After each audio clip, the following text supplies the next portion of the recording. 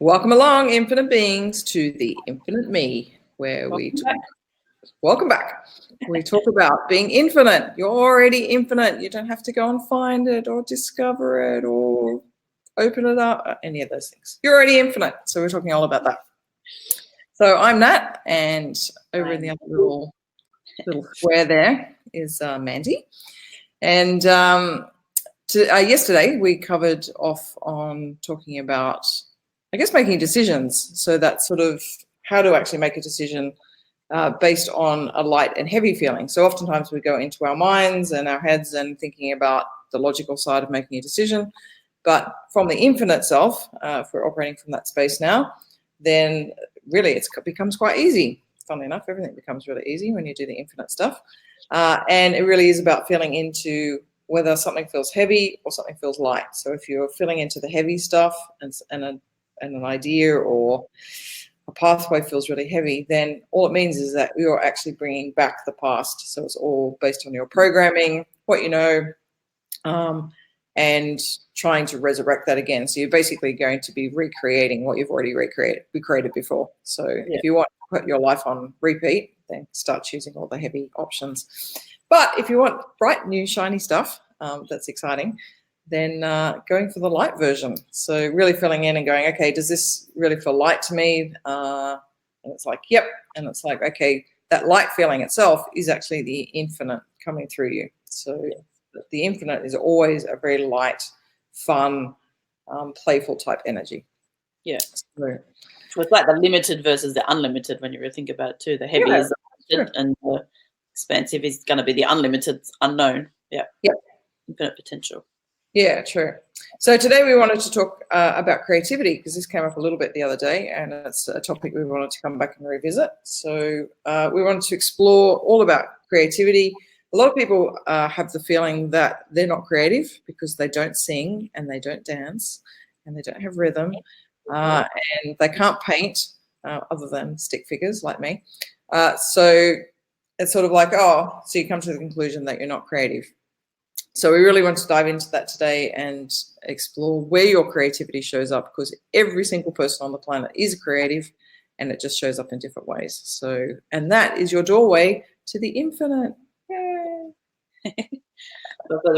We've touched on before is just like that infinite energy that animates everything is the pure creativity that's kind of flowing through everybody. So to say that you're not creative is kind of like, it's quite funny, really, because like everything that we do is creative. Like it's kind of, we just have this very fixed perception of what we think creativity is, which we've been taught, you know. So it's kind of, it's definitely a learnt thing that we've, you know, you go to school and you try to draw, and then you might have a teacher that's not particularly supportive and tells you, oh, you're not really good at drawing, and like that sticks with you, and so you just think, oh, I can't draw, and you might have drawn. Yeah, I believe everybody can draw. Yes, there are some people that have natural propensity to be really good at it straight off, but I think anybody can learn anything if they really have enough passion to do it.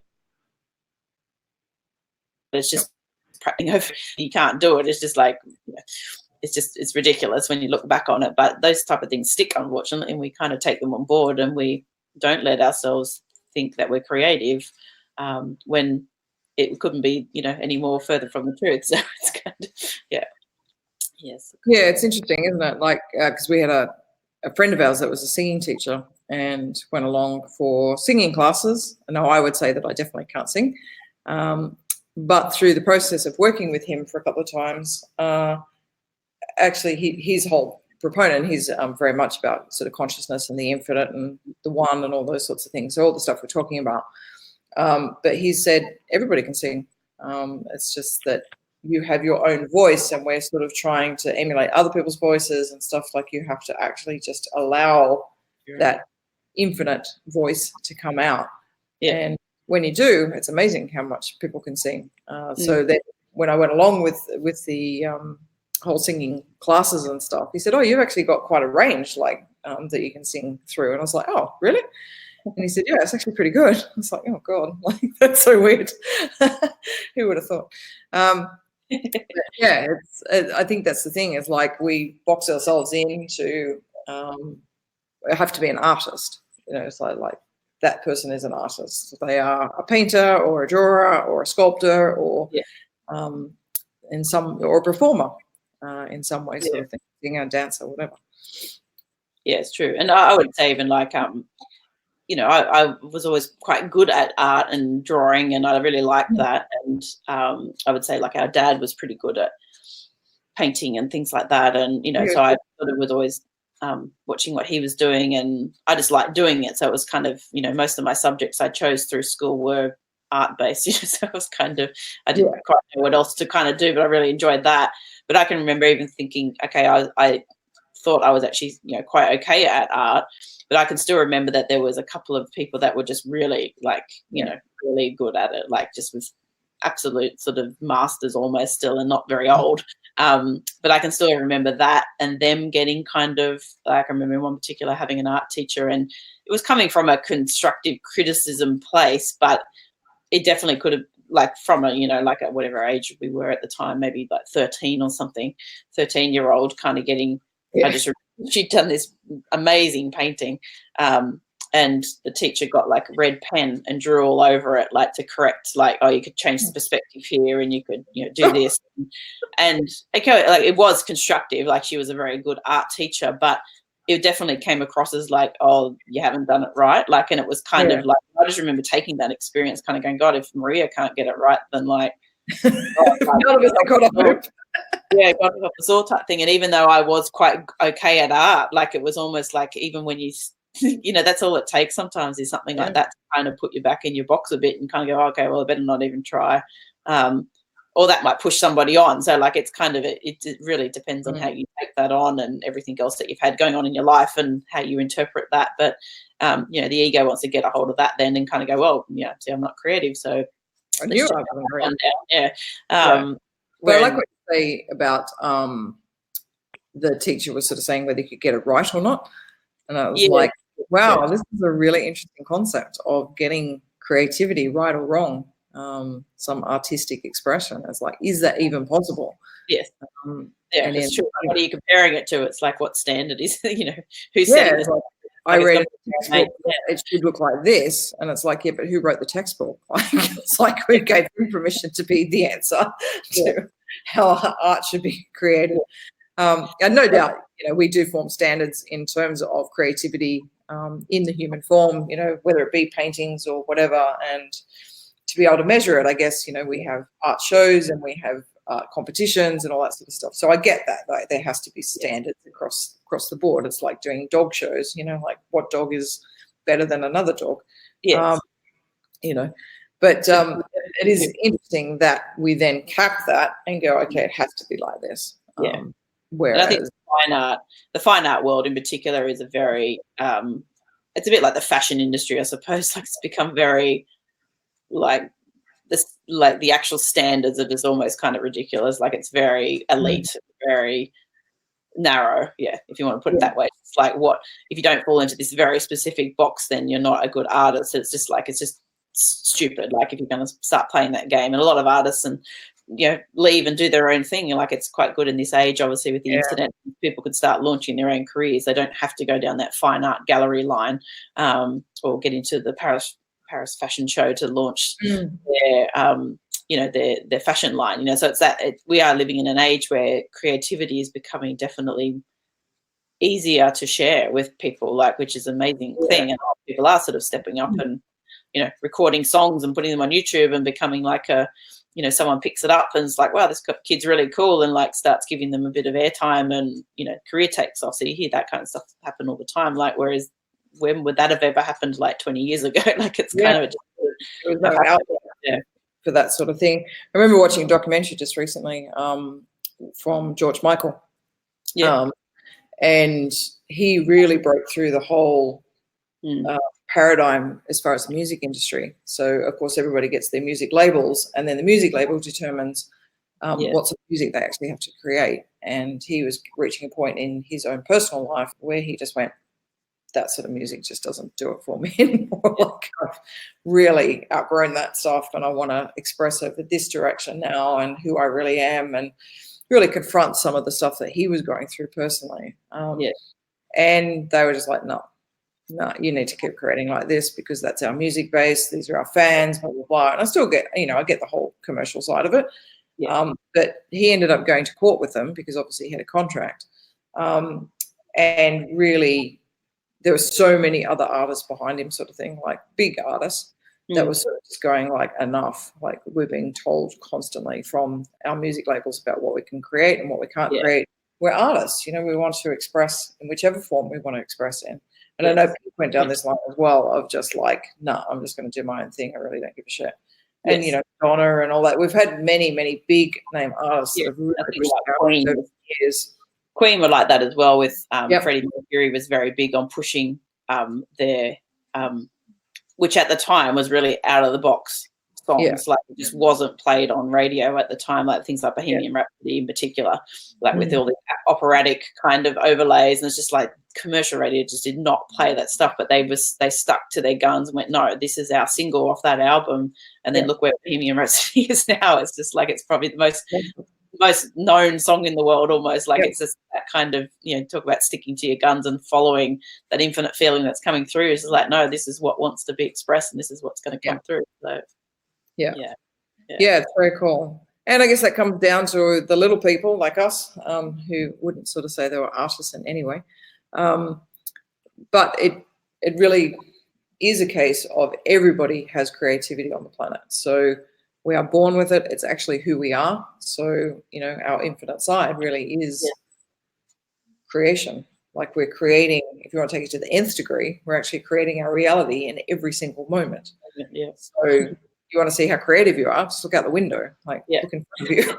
It's like, that's how creative you actually are. Yes. And it fits back into yesterday what we spoke about with the two, when you are making a decision and it feels like your body almost splits in two and you've got the limited heavy side that kind of wants to go with the known and the measurable and the based on your past.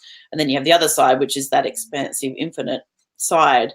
And that's where, even what like science is sort of showing us is that like that's where all the potential is tied up in that unknown factor. Like, that's just pure creativity sitting in that unknown factor. So when you do lean into that expansive feeling, that is you letting that creativity come through you, and you don't know what that's going to look like. That's the thing. Like, we don't even know we don't even understand what we're capable of because we don't even let ourselves go there half the time. So it's just, so to say we're not creative, it's just like, well, do you actually let yourself go there into that expansive state and actually see what wants to even come through, and just start showing whatever wants to come through and just start showing up and doing that.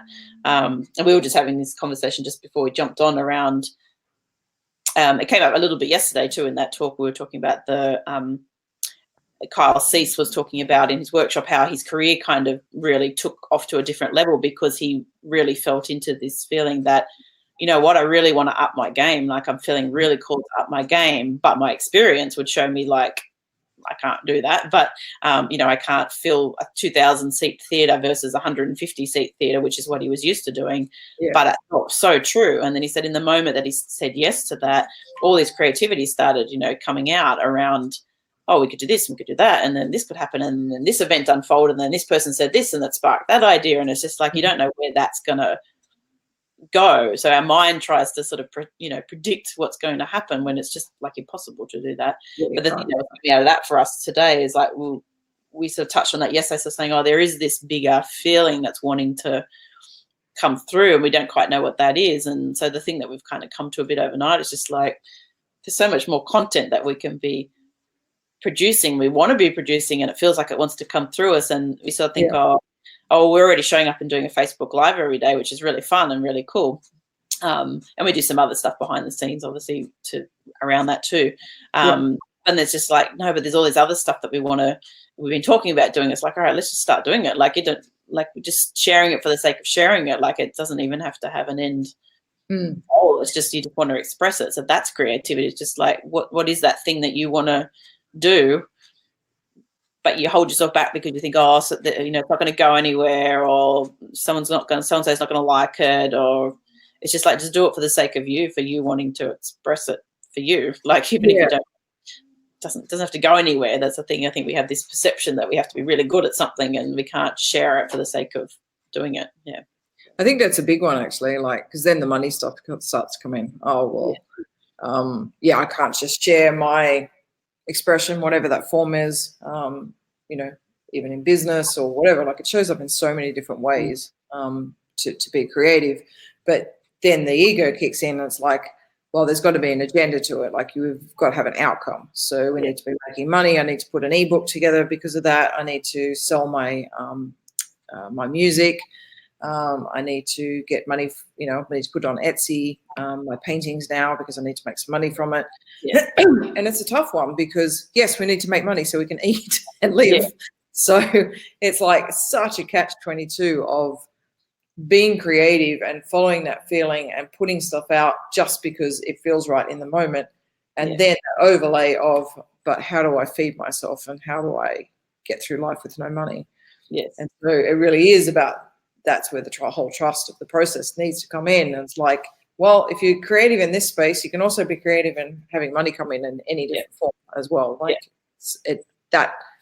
it's not separate sort of thing. Like, this is not creative stuff, and then this is not create. Like the making money stuff isn't creative, but that's part of the process as well. Yeah. Analogy that 𝘾𝙧𝙚𝙚𝙖𝙩𝙚 also talked about in that workshop that we touched on yesterday was this analogy, and I've heard this before, and I really like it. This concept of you seeing yourself as the apple tree, not the fruit that the tree produces. So a lot of the time we want to see ourselves as this little finite thing at the end of the day, and like, oh, well, I'm just a little apple. What am I going to kind of do? But you're the actual tree that keeps producing the fruit. So in the right conditions, it's unlimited. Like what you can produce, that creativity that's coming through you to produce that fruit.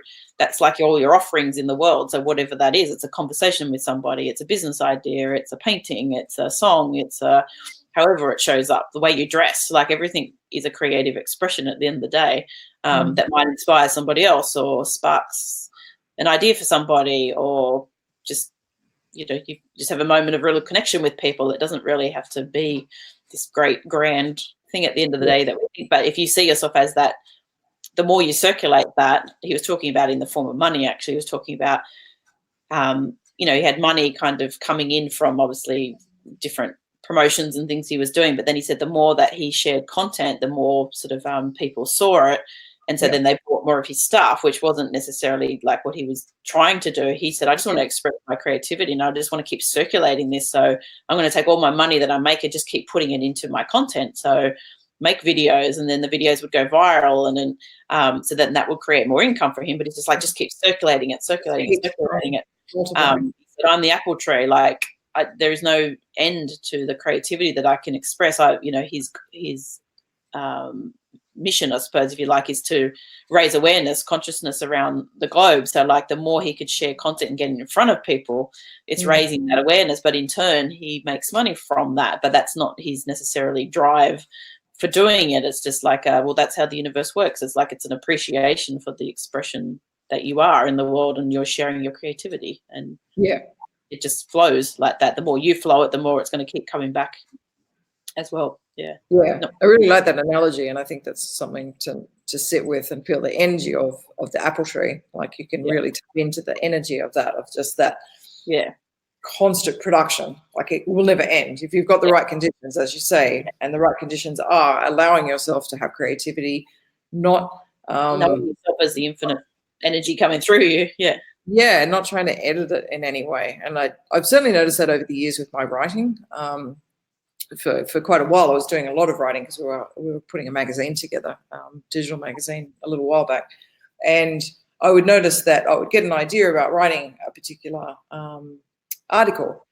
But as soon as I sort of overlaid it with, structure's not 100% right for this magazine sort of thing, like, it's really going to break that down because it's going to be too much for people to read in that form. So if I actually just bullet pointed it, blah, blah, blah, like, and all this stuff started coming in, and I was like, and the whole creativity just went out the window, and I just couldn't even write anymore. It's like, oh, what was that topic I was writing about? Like, it's like totally gone.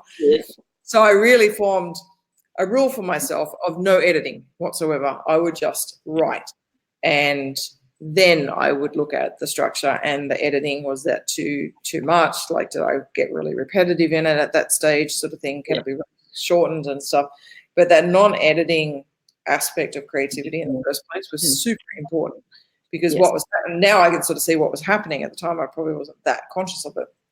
Was that there was a download happening from the infinite, it was wanting to come through, and it needs form for it to exist. So I was the form, you know, I was writing stuff, you know, I was tapping away with my 2 little fingers on the computer, and getting it out onto paper sort of thing. So it's sort of like that non-editing stuff is actually so important in creativity, to allow the channeling to come through first, and then put the human side onto it so that it looks constructive and, you know, is in the format that you need it in.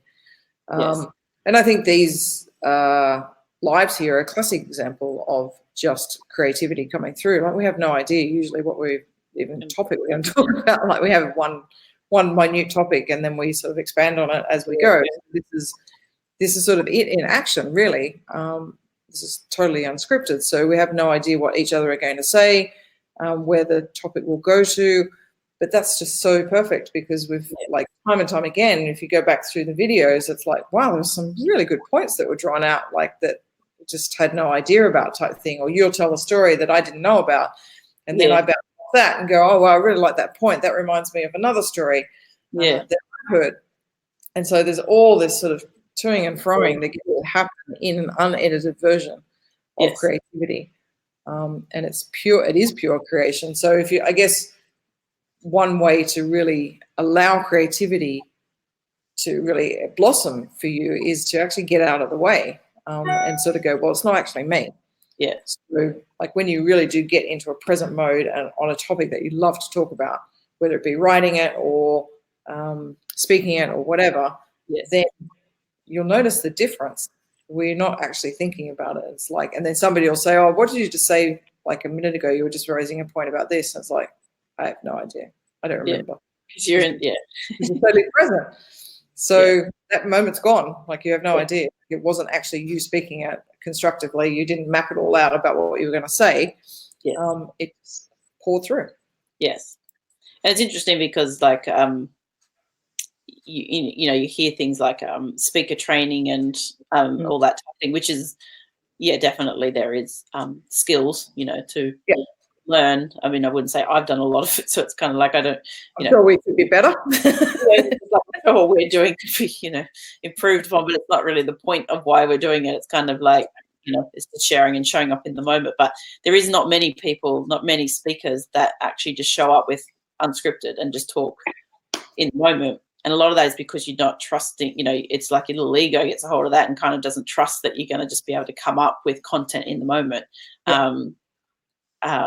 And so you think you got to have it all planned out. And sometimes there is a particular point you're trying to make, especially if you're doing like a keynote speech or something like that, and it's on a particular sales video or something like, definitely. But even in that time, you have to trust that you know the content as well, like, because it's kind of it does just flow through you when you tap into that space. I mean, I would definitely say I used to come from that background of kind of, I need to know everything before I could show up, and then I would feel like I'm gonna forget it in the moment. And there was a definite fear around that, which was just my ego trying to stop me from showing up, basically, like knowing that once you get into that flow of doing something, the stuff's just going to come through you.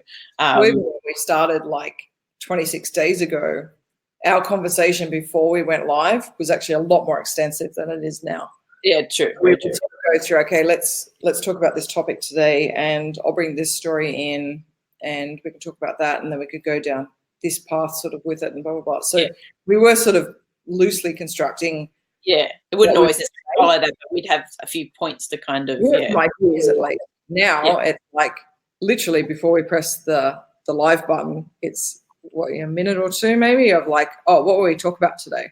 Like, I just asked you that question just before I went live. It's like, what are we going to talk about today? It's like, oh, I don't know. Like, I haven't really got anything. I was like, okay, well, the only thing that's come up for me, we talked about creativity the other day, so maybe we could revisit that because we were going to talk about it. We haven't done it yet.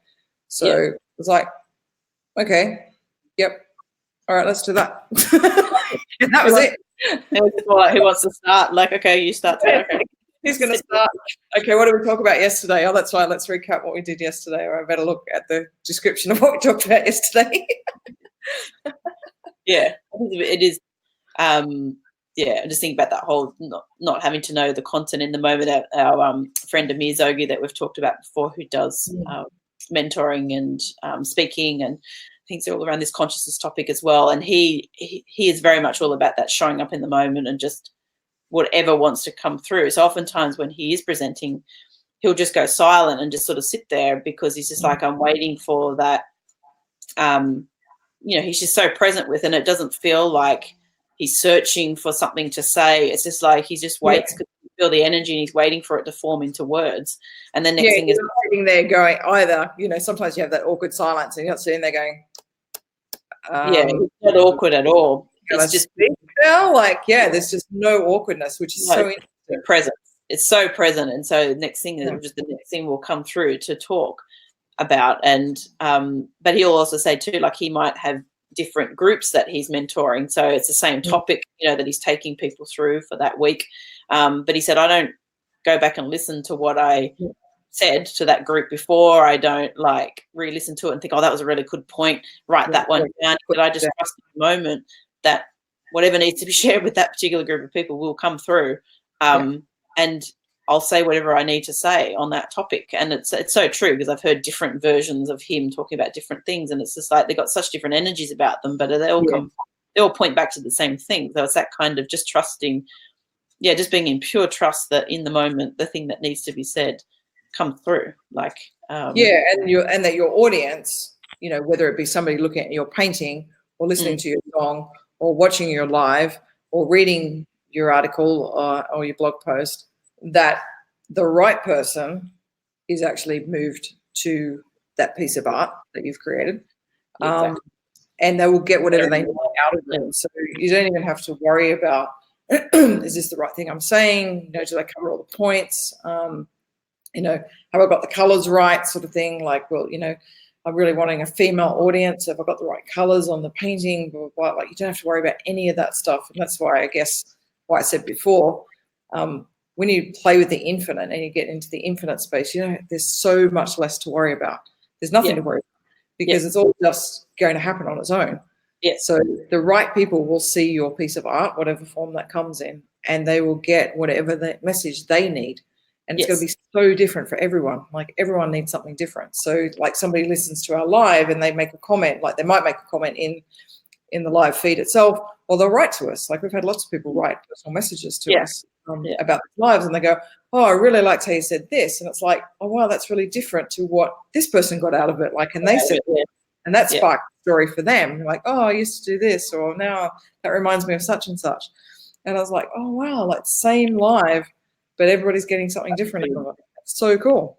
Yeah, it is true. Like, the audience that's going to come to you is going to be aligned with, you know, how you see the world and how you show up as well. So it's like, you don't have to, as you said, you don't have to worry about any of that stuff at the end of the day, like all the stuff we think we have to, like when we get taught.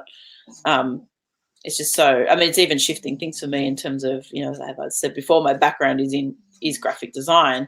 And it's sort of even the way that I've learned over the years, you know, oh, you do this first and this happens. And, you know, it's just like, well, it's even shifting a lot of that around on its head. It's just like, well, does it have to be? Like, it's kind of like it is unlimited how it could show up. Like, we put so much constraint on how things have got to be done in a certain way for it to have this effect. And it's just like, well, we don't actually really know. Like, that's the thing. And I was just thinking, we were talking just before about this random YouTube video that I found the other day, which was a I'm not sure what nationality she is. I think she's American. Greek or something? Yeah, I don't know. I don't actually know. New York. You can pick the New York accent, but I would say her background is probably Greek or something. Yeah. So, but she's been doing tarot readings online, and it just sort of caught my attention as they, you know, you get YouTube suggests other videos based on what you kind of watching at our video or doing commenting or something, and so just something about it sort of sparked my attention. I don't usually click on those type of things, so it was kind of just interesting. I clicked on it, and it was a Capricorn reading, which Capricorn, and just her energy was just so amazing. Like, when she was doing these live tarot, I mean, I was watching a recording, but she does them live. You can actually, you know, tune in when she's doing them and ask questions and things. And so I went for like 40 minutes, and she was just so in the flow with doing these readings, just constantly pulling cards. There was this constant narrative going on, and she was so intuitive. And then to weave all these cards together, and like, it was this amazing thing. And then so I gave Nat the link for her one and said, oh, you have to check out this girl. She's freaking amazing. And there's just something about her energy and the way she's showing up. And so we have since found out in the meantime that she's literally been doing this for 6 weeks in terms of YouTube channel. She's literally been doing it for 6 weeks, and she's got 45,000 viewers now, subscribers to her channel. And people are donating money to her live online. Online, when she was doing live. And she does private readings as well. Like she has, links at the end of do private readings and stuff. But all this stuff, she's just showing up, producing all this content. It's all just free. And she just loves it. Like you can just see how much she's showing up and just loving it. And she does a reading for every star sign every week. So there's like, about 12 hours of content there. Plus she does all these other she does a daily reading, and then she does all these other things. And so like she was talking about, how she, in this particular video, she's saying she's just reached 40,000 viewers in like a month or something.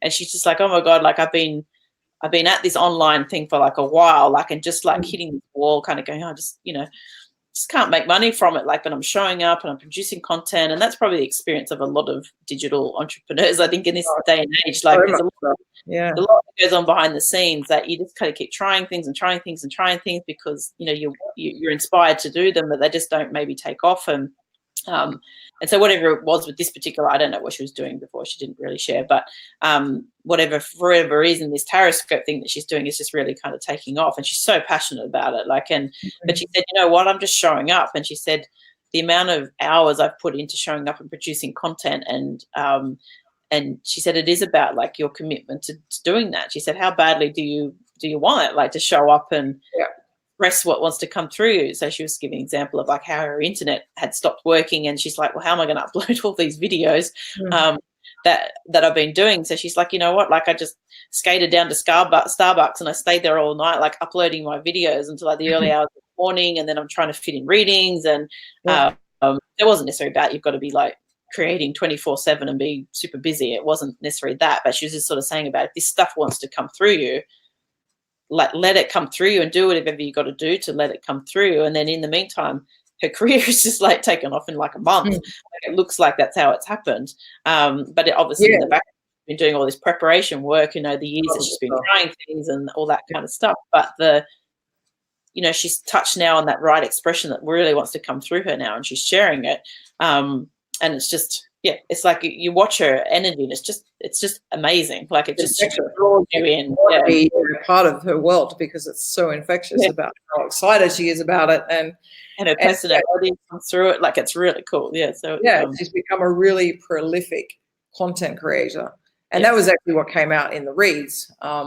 Was that if you think you're showing up with your creativity and you're producing something already, do more. Like, I know you can't do that right now because you're already busy and it already feels like it's not working. Do more. And so, and that's obviously what she's done. She's taken her own advice there and actually just content created. Like, just she said, do more lives, do more, show up this, like write blog posts, do this, like do that, blah, blah. Just keep doing it. Like, go more, get like when you think it's enough, go more. And it's like, wow, okay. And I guess that is that thing, because the more you do, and we're really seeing that ourselves in our own journey, amen, that in 26 days now of showing up lives, our whole world has changed.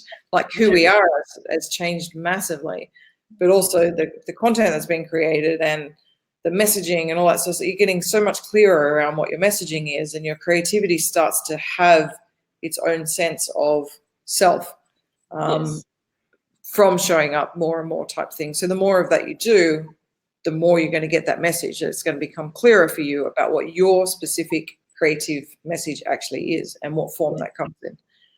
It's a good point that 𝘾𝙧𝙚 made again in this workshop, and it wasn't a new point. Like, I'm sure everybody has heard this before. It's just like, you've just got to start on something before. And like, I've heard that, like, because I was always in this procrastination stage for years. Like, and it's just like, I felt like I had this real block with starting something because I felt like I needed to know all the time. And it was almost like I couldn't get my head past that. My ego was so caught up in that story of like needing to know everything. It was a real safety issue of not wanting to put yourself out there. And he just sort of made this point. It's just like someone says to him, oh, I want to write a book, but I don't know how to write a book. So you just kind of put it to the side and think, oh, well, that's it. I can't do that in my life. And he just said, you know, any author that's ever written a book, when they first wrote their first book, didn't know how to write a book. Like, it's just, yeah, you're not born knowing how to write a book. within that first stage of when they first start doing something, nobody knows how to do it. That's the whole point, is like, you just got to start, you just show up and you stay in the room. Like, that's what he was saying, is just to stay up, you show up, start writing, and then that's it. Like, that's how you start. Like, it's just, nobody knows how to do anything in the beginning.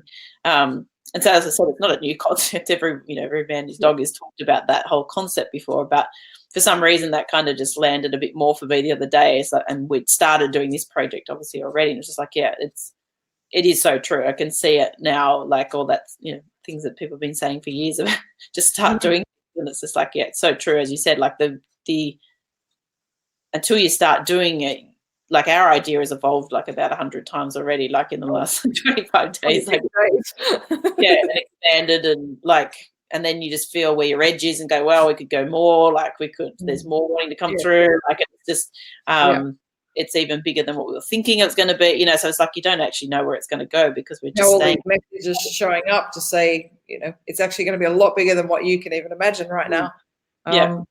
Which we would never, we hadn't had those messages before, but now, because we are in the flow of it, and things are coming through, it's like then those external, I guess, reassurances, it's not really the right word I'm looking for. Those, what's the word I am looking for? Just feels almost like guidance, like the guidance is showing us. External pointers, sort of thing, like the reassurances that you're actually on the right track are actually showing up. But they're not going to show up. They didn't show up before we started doing stuff. They actually showed up now we are doing stuff. So it's almost like creativity needs that motion. You have to be in motion with it to actually then create the path in front of you. Like, the path is not going to be there before you get there. And we talked the other day about the visual of, I think it was on the Transformers movie, where the robot's crossing the big void type thing, and as every step, the next step goes up, forms. Exactly. So keep that visual in mind. It's actually a really strong reminder of the creative process. You are not going to see the entire process mapped out in front of you. And that's on purpose, because if we saw the whole thing, like if Mandy and I saw exactly where this project is going right now, we'd be totally freaked out. There's no way that we'd be so overwhelmed and thinking, oh my God, how are we going to do that? Like, that's ridiculous, like where this goes to. And we could never think of doing it, because we're suddenly back in our human form trying to do it. So this is on purpose, the whole creativity thing. It's not because we want to freak you out, like the universe wants to freak you out because it's unknown and all that sort of stuff. It's actually doing it on purpose to actually support you by giving you just the next step. So not overwhelming you. Stay present and present, as well. Not overwhelmed, and just stay present with so you can just be totally in this moment right now, because that's all you've got. Yes. Then the next part will come. Is that the other, I know I keep referencing 𝘾𝙧𝙚𝙚𝙚𝙚 at the moment, because I just happen to have watched this just in the last 24 hours. So it's kind of, it's full of these really cool analogies, because it kind of fits in with what we're talking about. But the other thing that just really fits with what you said is, like, imagine if a GPS gave you every single direction to get to your destination in one go. Like, it just downloaded, went, turn right here, turn right in 200 meters, like turn left, like, and it's just like, if you just like, oh, it's just so overwhelming, I can't even take that in. Let's just not even go on the journey. Whereas when it tells you turn left in 200 meters, and then you take that turn, it gives you the next direction. It's like, that's kind of what that is what your internal guidance system is doing, your intuition and your creativity. It's like, it's only going to give you that next step. And a lot of the time, as we touched on in a few videos ago, it's just like, it is just literally going to be something you can do right now. It's not giving you the whole big vision in one go, and this is what you got to go and do. Like, sometimes it is a big, individual step you've got to take. It might feel a bit scary to do, but it's something that's doable, like usually within that day, or within a week kind of thing. It never gives you like this time frame of, oh, you've got a whole year to do something. It's like, do it now. Like, bring that person, write that post, write that email, leave that relationship, like whatever it is. Like, so it could be a big thing, but it is something you can do easily, kind of thing. If you get it. And that's to say that you're not going to get visions about where it's going to as well. Like, we've had quite strong visions over the years about this project, but funnily enough, it's taken years, literally, for us to come back together again in a form that just clicked and just went, that's our message. That's what we're going to talk about. This is how we're going to do it. and this is probably where it's leading to. It'll probably be more amazing than what we've even imagined right now. But we've certainly had glimpses. We've even drawn things out. I know you have, man. Like over the years, you've got quite strong visions about our center and all the different things that will end up being created. But even so, it'll probably be more amazing than what we've envisaged over the years. Yes. So it's not to say you won't get visions for sure, but they will be fleeting, probably visions of, and they'll be a little bit murky, so that you can't pinpoint things right now, because so you don't get into your head again trying to work out how you're going to do it. There's probably just the timing is not the right. Yeah, like I think I shared that a few videos ago too, about this idea that I've had these visual summary idea for years, and it just hasn't kind of fit in with anything else, or it feels a bit forced. And now it's just like, oh, now I can see how it fits in with this project. And it's just like, not getting attached to the ideas and things that move through you. And sometimes those ideas are never going to come to anything, with so many different visions and ideas, and we outgrow them too, because if we don't act on them sometimes in the moment, then that's it. It was meant for that moment. You didn't do anything with it. But then you hold on to them for years and keep thinking you got to do that thing. And I've definitely done that. I've written lists of things going, I still want to do that thing. And it might still hold some juice for you, but you have to kind of get really honest with yourself too, and kind of go, no, you know what? It's actually an old idea. It's an old identity that's tied up with that. And I'm actually not in that space anymore. Or it's not big enough anymore. Or it's not exciting anymore. Like it just doesn't hold that. Maybe. Yeah. And then other things, the ones that keep coming back to you are usually the ones that are, wanting to come through, but maybe just the conditions are not right yet, or you haven't shown up enough yet, or you haven't allowed yourself to. Timing is just not right. Yeah, sometimes it's timing. So it's kind of about not forcing it. It's just when it comes, it will land when it's going to land, and not being attached to how that's going to show up either. So. Yeah, I think that was a big relief for me many years ago, in realizing that that everything has its own timing, and so it's like, yeah, that's a great idea. Like Jodie might come up with an idea, as she does, and it's like, great idea. Can't see it right now though. Like it needs time to marinate. It's we're doing other things right now, like that feel more, priority. And it's like, yeah, I can sort of see us doing that, but I just don't think it's right at this point. Like it just doesn't feel like it's in this moment. Yes. So yeah, it is about sort of being discerning about timings of things as well in the creative process. Yeah, I guess being in that present moment and checking in if it's actually true right now. Yeah. To do that thing. Yeah. Yeah. Yeah. Yeah. It's cool. Very cool. Nice. And if you're sitting in just space, which just made me think of that because it was just a quiet moment, the space is the infinite. So don't be afraid of it. If you're sitting there and nothing's coming to you, get writer's block. We call it writer's block. Maybe you're just sitting in the infinite space in that moment and waiting for something to come through. So it's not going to come on your timetable. Never does. So yeah, so sometimes there is just time for quiet and space and allowing. That's absolutely part of the process. And I think it was in my horoscopes from 𝘾𝙧𝙚 the other day. I don't know where I read it. I think it was there actually. Sort of saying that one of my big things, and you might relate to this, is when there's space and downtime, you almost think, oh, I'm giving up, and the project's not happening now, and so you form all these ideas about what's going on, and it's just like, no, you're just having downtime. Like that is actually okay. Like it's okay to have space and for there to be nothing right now, whether you're just taking time out or you literally have got almost writer's block and there's nothing coming to you about what that next step is. And I guess I followed this quite strongly over the years, is like, if nothing is coming to you, then just stop for a while. It doesn't matter. You don't have to keep moving forward on something. It's only our idea of timing that we've talked about a bit lately, because that's been coming up. It's only our own perceived idea of the timing of something that we put that pressure overlay on it. Then we've got to keep doing it, and just like, no, maybe it does need a day to sit, or a week, or and that's fine. There's no time at the end of the day anyway. It is if we're all just in the present moment. There is no time, so it doesn't actually really matter what comes through. But because that thing you're saying, that space, it's like what we've spoken about before, this infinite energy that's coming through you, like it is a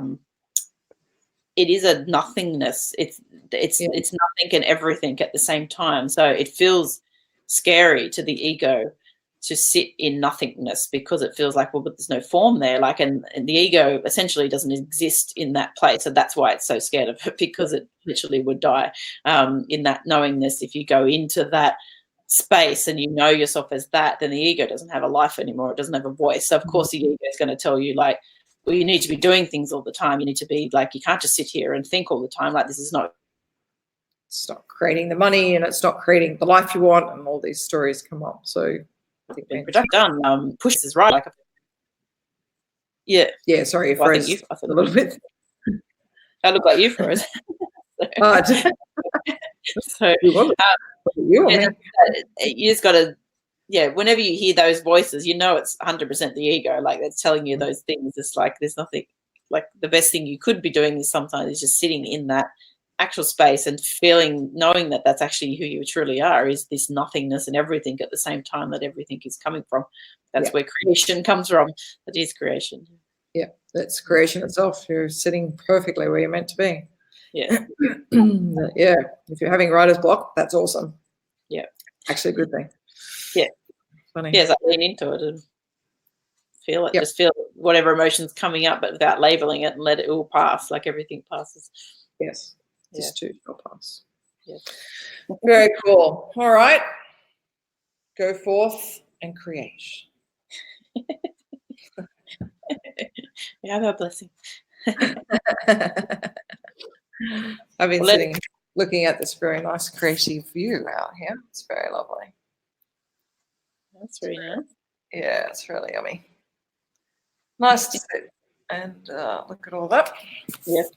And our creative space is actually on the window up there. I don't know if you just saw that, but we're actually with our whiteboard markers on the windows, which is a very cool way to actually, because we don't carry whiteboards. If you don't have a whiteboard marker and a window works perfectly. You have a backdrop that you can make sure you can read in. But, it's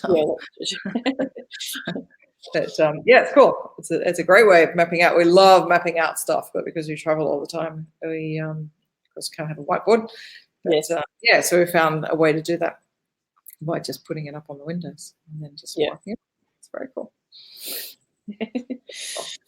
Well, let us know in the comments if anything sparked for you today, or any ideas you have around creativity yourself that you want to share. Yeah.